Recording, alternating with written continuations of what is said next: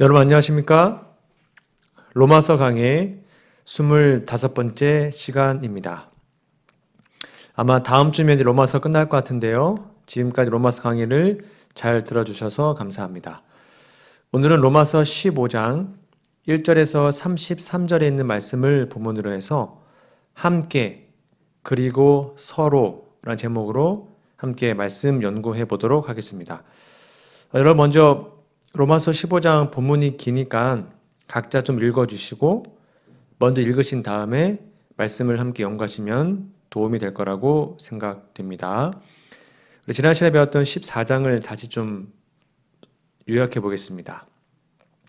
로마서 14장은 1절부터 12절 판단은 주께서 하시는 것이다. 어떠한 일로도 형제를 판단하지 말아라. 그것이 먹는 거든 뭐든지 판단하지 말라고 얘기하고 있고요.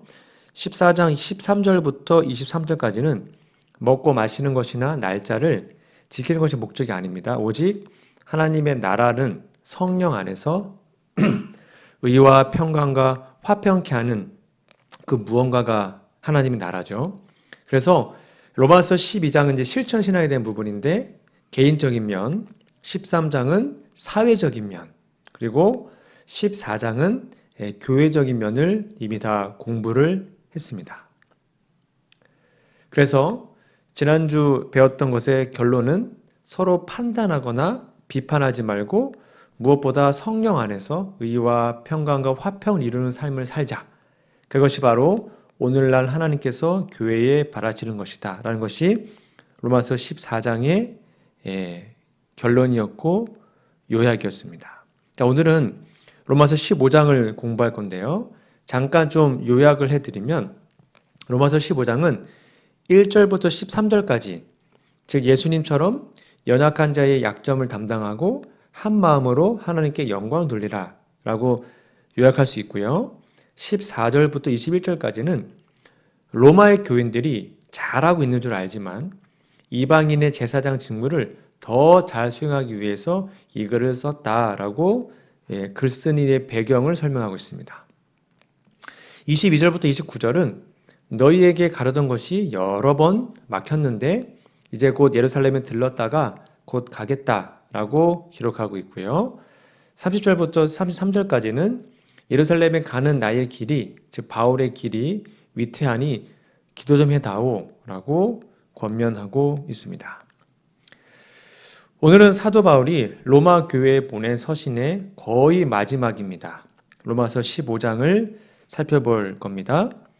먼저 로마서 15장 1절부터 7절, 15장 앞부분은 우리가 조금 전에 봤던 로마서 14장, 그리스도인들의 교회 생활, 그 관계, 어떻게 판단하지 않고 정죄하지 않고 연약한 자를 도와주는지 교회 생활의 관계적인 주제와 연결되어 있습니다. 그러니까 14장의 내용과 15장 1절부터 13절 전반부 내용이 연결되어 있어요.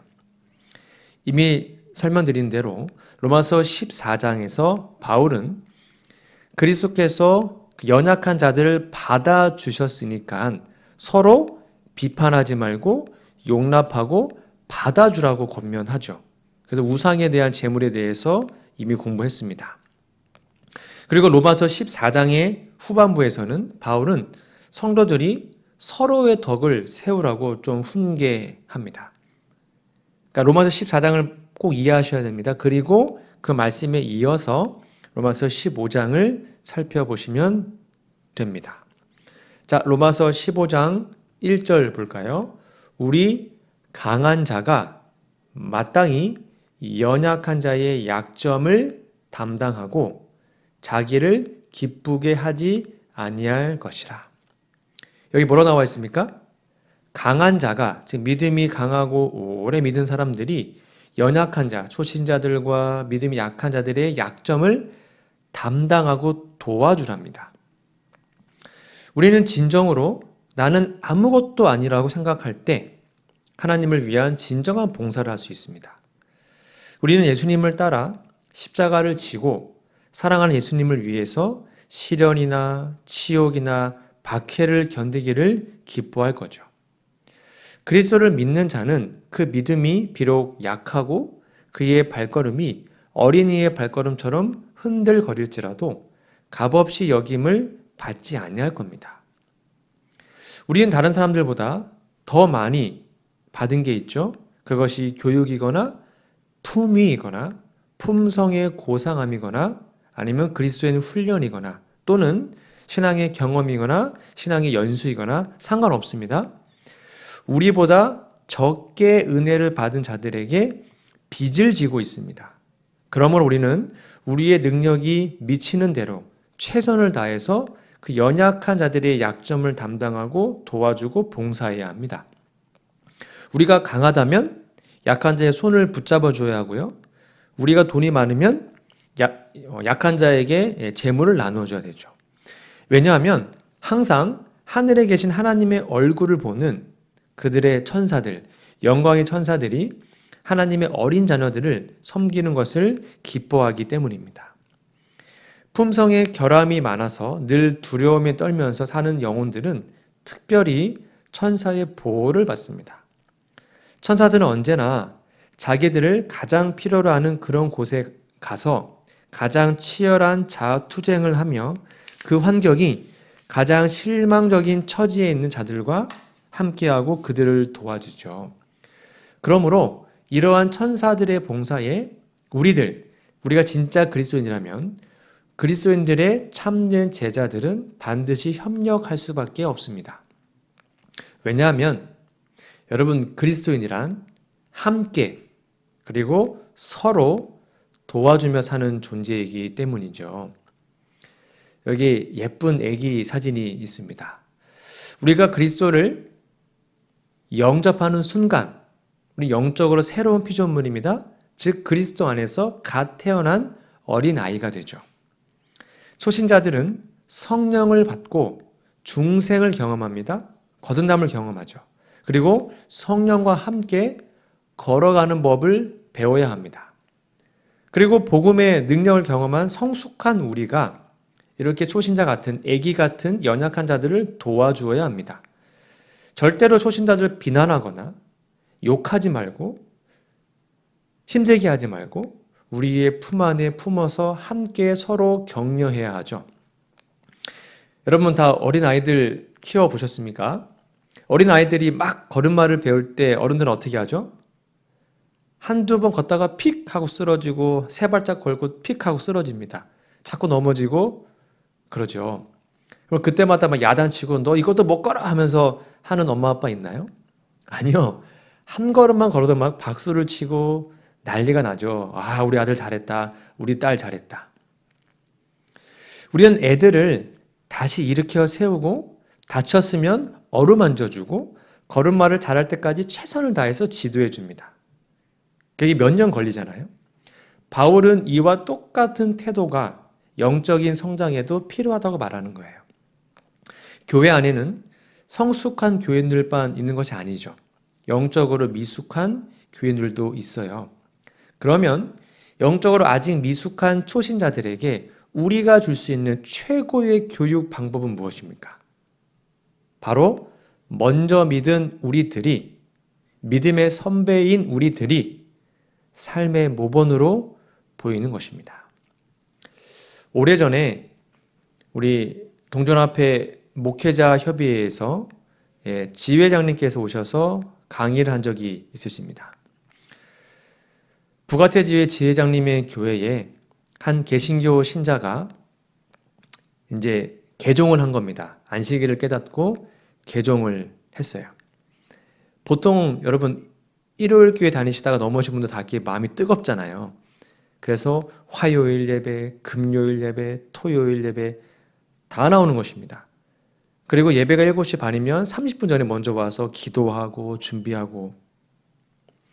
근데 그 초신자가 계속 보니까 자기만 화금토를 다 나오고 그 교회의 장로님과 집사님들은 화요일도 안 나오고 금요일도 가끔 나오고 안식일도 때로는 안교 시간도 늦고 11시에 나오는 경우도 있고 뭐 그런 분들의 모습을 점점 보게 된 거예요. 그래서 이 개신교 개종한 초신자가 화금에 잘 안 나오시는 분들의 모본을 보게 되었습니다. 잘못된 모본이었죠. 결국 지회장님께 전화를 했대요. 목사님, 막상 우리 안식일교회 나와 보니까 뭐 다들 화금토 예배 안 나오고 교회도 일찍 안 오고 늦게 오고 해서 저도 그렇게 하려고요.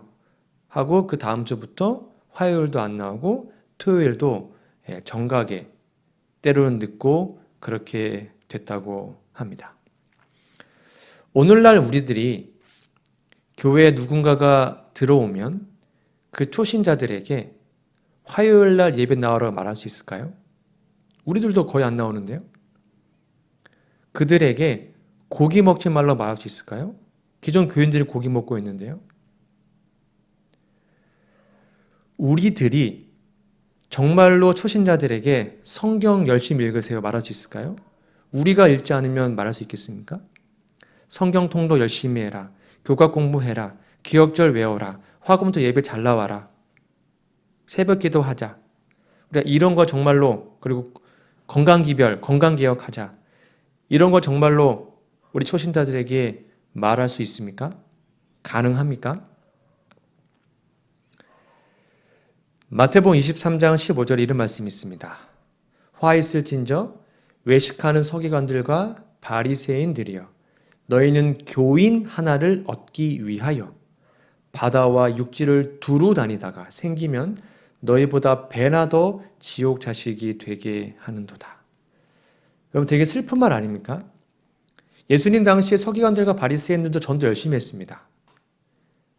유대인으로 개종시키기 위해서 교인 한 명을 얻기 위해서 어떻게 했대요?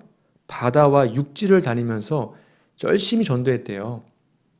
그런데 그렇게 해서 한 명을 얻었습니다. 근데 결국 그 한 명을 바리새인과 서기관들보다 더한 지옥 자식이 되게 했다고 합니다. 왜요? 잘못된 삶의 모본으로 잘못된 신앙을 알려준 거죠. 오늘 우리의 삶은 어떠합니까? 왜 재림교회에 하나님께서 영혼들을 많이 보내주시 않으실까요? 혹시 우리의 삶의 모본이 부족한 것, 그것이 이유이진 않겠습니까? 여러분, 성경은 초신자들이 잘 자라나기 위해서 진실한 사랑이 필요하다고 말합니다. 그리고 그 진실한 사랑은 고린도전서 13장에 기록되어 있습니다. 여러분 아시죠? 사랑장. 고린도전서 13장의 그 아가페 사랑의 첫 번째는 무엇입니까? 13장 4절입니다. 사랑은 오래 참고. 사랑을 설명할 때 첫 번째가 오래 참는 것입니다.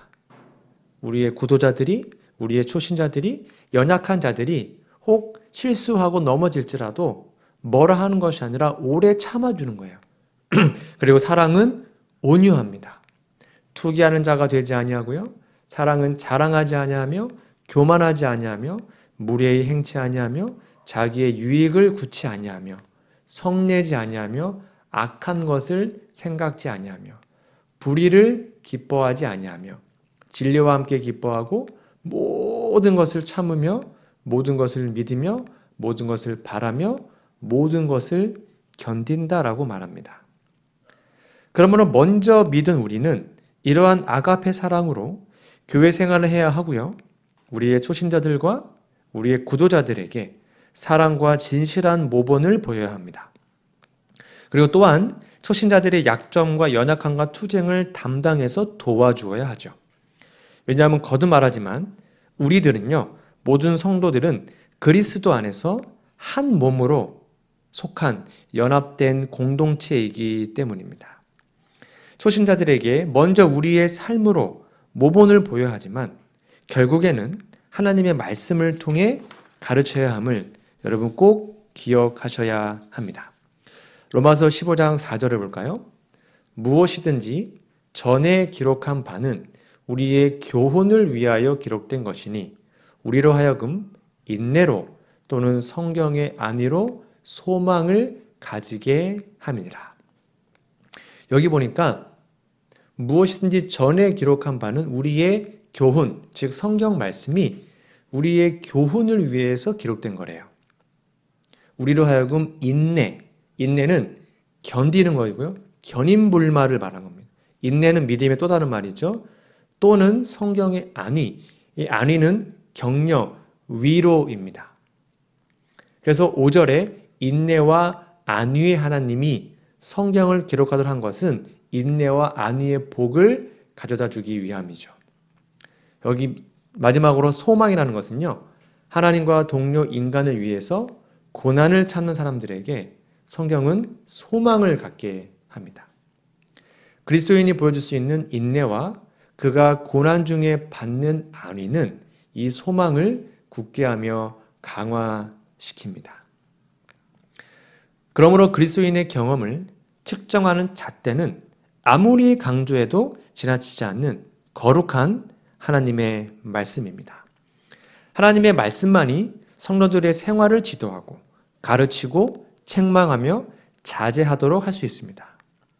왜냐하면 성경은 구원의 청사진이고 동시에 기독교 윤리의 청사진이기 때문입니다. 그래서 그 유명한 말씀 디모데후서 3장 16절입니다.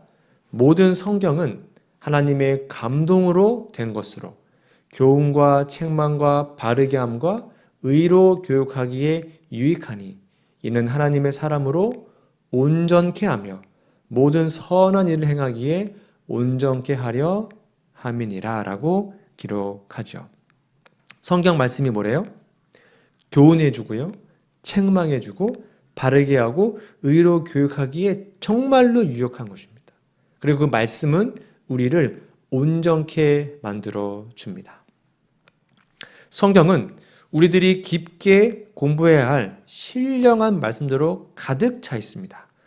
그러므로 지금도 잘하고 계시겠지만 날마다 더욱더 말씀을 연구하고 암송하고 그러한 말씀 연구의 모본을 우리의 구도자들과 초신자들에게 삶으로 보여주는 우리 모두가 되었으면 좋겠습니다.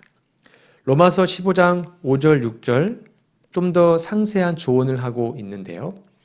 이제 인내와 안위의 하나님이 너희로 그리스도 예수를 본받아 서로 뜻이 같게 하여 주사 한 마음과 한 입으로 하나님 곧 우리 주 예수 그리스도의 아버지께 영광을 돌리게 하려 하노라. 여기에 중요한 포인트는 뭐예요? 서로 뜻을 갖게 해주고요. 6절 한 마음과 한 입으로. 복음은 성도들이 하나가 되어 서로 사랑을 나눌 때 더 강력한 힘을 발휘합니다. 여기서 바울은 로마에 있는 유대 및 이방인 신자들을 그들에게 말하고 있습니다. 여러분 일반적으로 유대인들과 이방인은 원수지간이었죠. 그러나 바울은 복음으로 말미암아 이런 악감정이 다 불식되어야 되고 서로 한 마음과 한 입으로 서로 뜻이 같아야 된다고 말합니다. 왜냐하면 예수님 안에서 하나 되는 것이 그리스도인의 정체성이고요. 하나 될 때 하나님께 영광을 돌릴 수 있습니다. 질문 하나 드릴까요? 여러분 최초로 그리스도인이라는 명칭을 받은 교회가 어딜까요? 여기 PPT에 보시면 구레네가 있고 예루살렘이 있고 안디옥이 있습니다. 몇 번일까요? 네, 정답은 안디옥 교회이죠. 안디옥 교회는 이방인 교회였습니다. 사도행전 11장 26절 만남에 안디옥이 데리고 와서 둘이 교회에 1년간 모여 있어 큰 무리를 가르쳤고 제자들이 안디옥에서 비로소 그리스도인이라 일컬음을 받게 되었더라. 그러니까 안디옥 교회의 성도들이 말하는 것도 그리스도처럼 생각하는 것도 그리스도처럼 그냥 하루 종일 그리스도 생각만 하고 예수님을 전하고 하니까 이방인들이 야, 저 사람 참 예수님 같네 라고 붙여준 별명이 그리스도인입니다. 그러니까 그리스도인은 불신자들이 우리를 불러주는 이름입니다. 내가 만든 이름이 아니고요. 남들이 우리의 삶을 보고 너는 참 예수님 같다 라고 붙여준 이름이 그리스도인이라는 거예요. 자, 그러면 또 하나 질문 드릴까요? 여러분, 그러면 안디옥 교회는 어떤 교회였죠? 안디옥 교회가 이렇게 연합이 쉬웠을까요? 안디옥 교회가 이렇게 그리스도인이라고 일컬음 받기가 쉬운 교회였습니까? 여러분, 인간적으로 보면 정말 연합이 힘든 교회였습니다. 한번 볼까요? 사도행전 13장 1절입니다. 안디옥 교회에 선지자들과 교사들이 있었습니다. 곧 바나바와 유대인이었습니다. 니게르라 하는 시므온과, 니게르는 흑인 쪽을 말하는 겁니다. 그리고 구레네 사람 루기오, 이것도 이방인이었네요. 분봉왕 헤롯의 젖동생, 이건 왕족이었습니다. 마나이나 그랬고요. 및 사울, 하나님의 백성을 핍박했던 사람이었죠. 물론 나중에 회심했지만. 여러분, 정통 유대인도 있고 바리새인도 있고 흑인도 있고 이방인도 있고 그 다음에 왕족도 있고, 이렇게 다양한 계층의 사람들이 서로 연합하는 게 쉬워요, 어려워요? 이거 되게 어려운 겁니다. 안디옥 교회 구성원은 매우 다양했어요.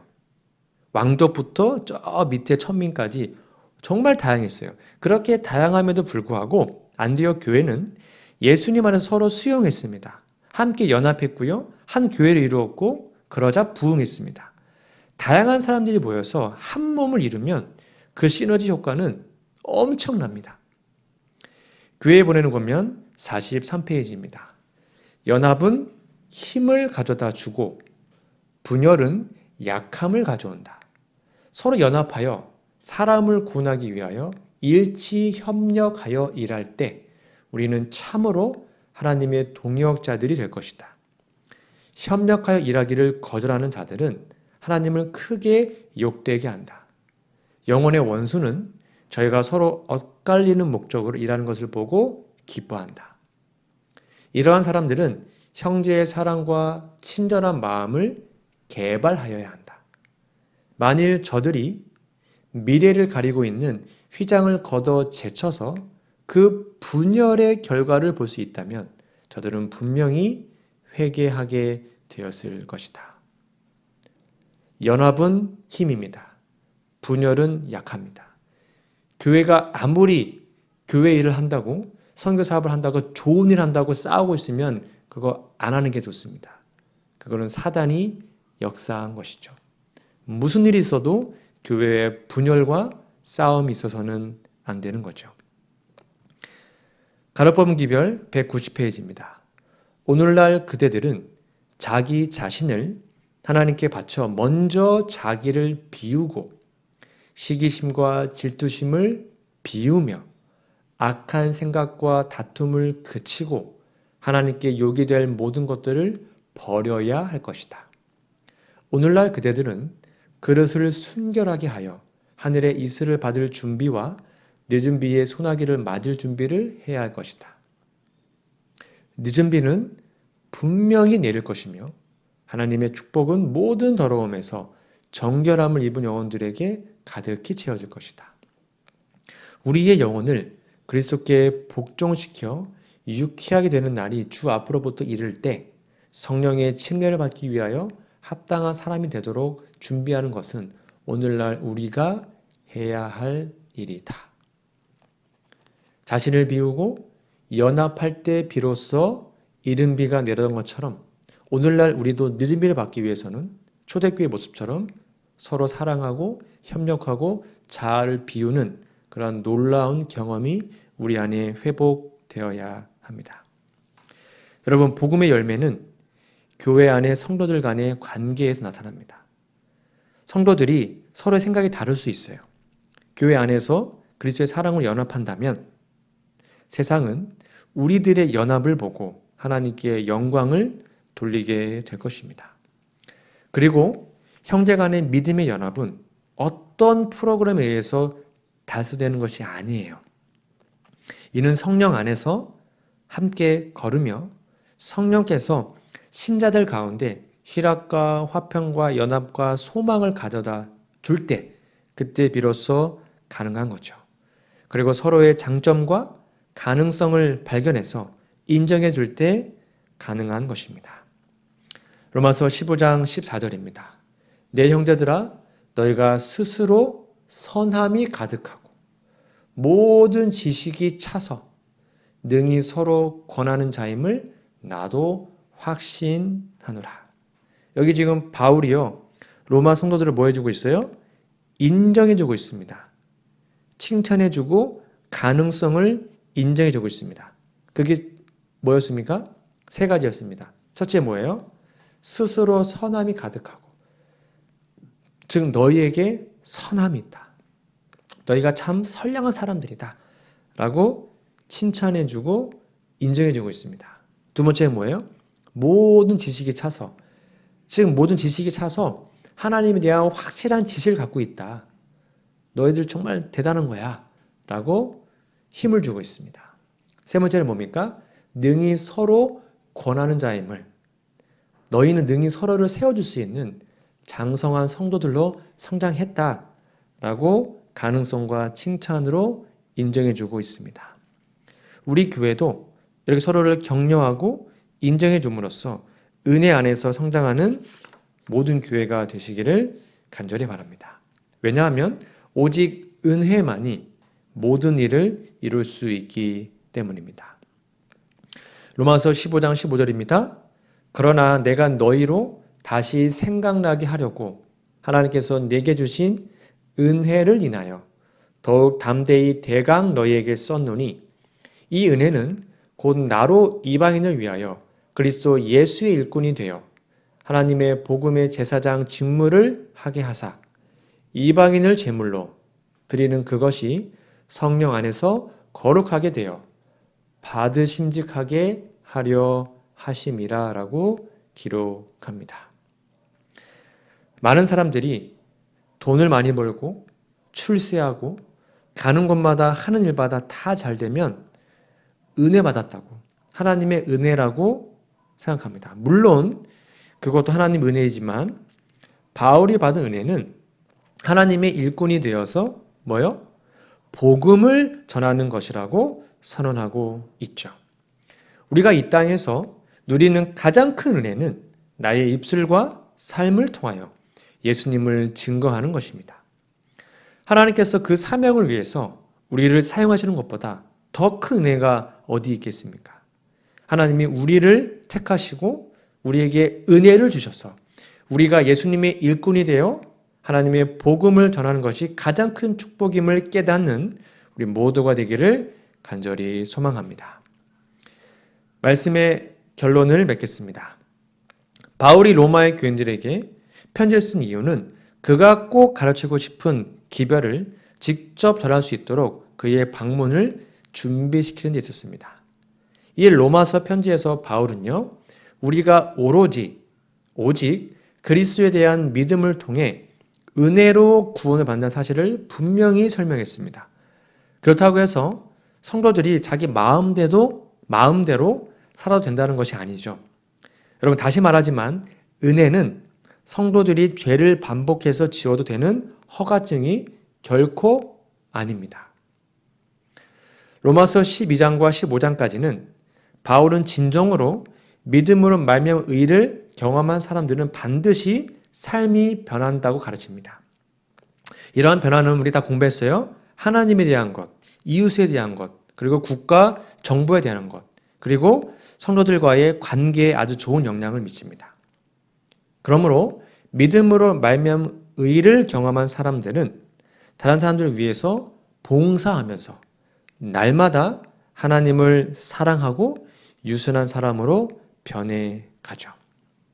그래서 로마서 15장 25절부터 보면 바울이 이방의 성도들에게 말하기를 너희가 유대인에게 구원의 빚을 졌으므로 유대인에게 사역하는 것이 당연하다라고 말하고요. 유대인들에게는요, 너희는 그리스도 안에서 하나가 되었기 때문에 이방의 성도들을 멸시하지 말라고 권고합니다. 왜냐하면 바울은 로마에 갔을 때 로마 교회 성도들이 서로 사랑하고 연합하는 모습을 보고 싶었기 때문입니다. 여러분, 바울의 주제는 언제나 예수님의 놀라운 복음, 즉 믿음으로 말미암은 의와 그의 열매인 거룩한 삶이었고요. 믿음과 행위가 아니라 오로지 믿음으로 구원을 얻는 복음이었습니다. 바울은 예수님의 구원의 성령의 능력에 의지하여 사는 삶 가운데 나타난다고 말합니다. 여러분, 우리들의 삶도 바울이 설명하는 삶이 되기를 소망합니다. 서로를 인정해주고요, 용납하고 사랑하며 연합하고, 그리고 무엇보다 오직 믿음으로만 구원을 받고 은혜 가운데 사는 삶, 이러한 삶이 우리의 모두의 삶이 되기를 간절히 바라며 오늘 말씀을 마치도록 하겠습니다. 함께 기도하겠습니다. 우리들의 하늘 아버지, 서로 사랑하고 서로 용납하고 서로 도와주는 것이, 또 연합하는 것이 하나님의 뜻임을 배웠사오니 우리의 모든 성도들이 이러한 말씀 안에서 사랑하고 하나 되고 연합하는 그러한 기적이 모든 교회에 꼭 일어날 수 있도록 도와주시옵기를 예수님의 이름으로 간절히 기도합니다. 아멘.